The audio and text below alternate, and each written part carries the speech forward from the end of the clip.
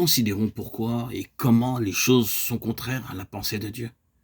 Avoir la vision signifie que nous voyons pourquoi et comment les choses sont discordantes quant à la pensée divine. Beaucoup aujourd'hui admettent que les choses ne sont pas comme elles devraient être, que ce que nous avons n'est pas conforme à la pensée de Dieu, que le but de Dieu n'est pas recherché. Mais ils sont incapables de discerner ce qui ne va pas. Ils ne peuvent pas expliquer pourquoi les choses sont ainsi.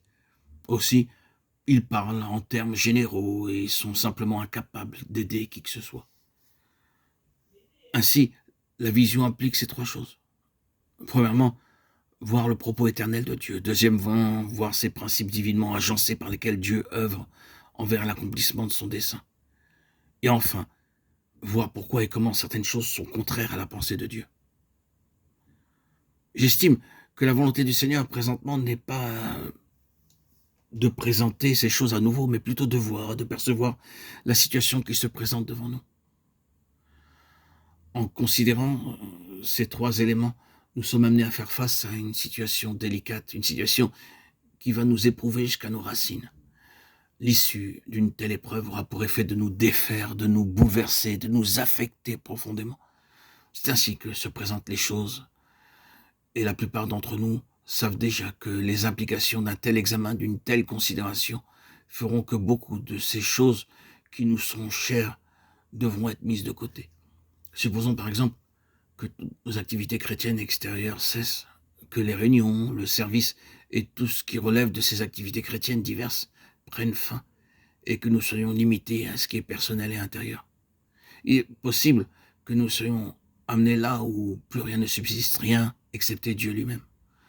Nous serons alors engagés dans une relation avec le Seigneur seul. Mais à part cela, nous ne pourrons rien faire d'autre, tout semble avoir pris fin. Il se peut même que nous soyons coupés de toute communion avec le peuple de Dieu et que tout ce qui était du Seigneur soit rendu à néant. Une telle situation est tout à fait possible, car c'est en fait ce qui se passe déjà dans beaucoup d'endroits.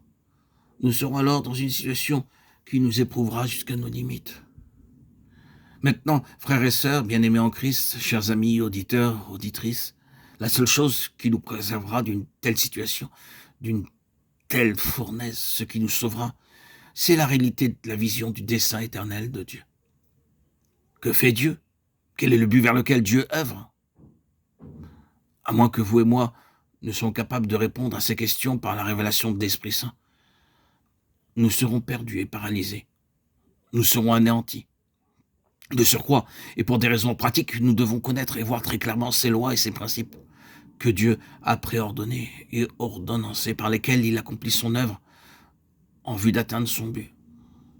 Et enfin, si nous aspirons à être vraiment conséquents envers le Seigneur, si nous désirons avoir un témoignage et être utiles envers les autres, nous devons savoir avec une pleine certitude pourquoi et comment certaines choses s'opposent à la pensée divine. Et ces trois choses constituent ensemble ce qui est appelé dans les Écritures la vision divine. Et là où elles font défaut, là où il n'y a pas de vision, le peuple de Dieu court à sa perte.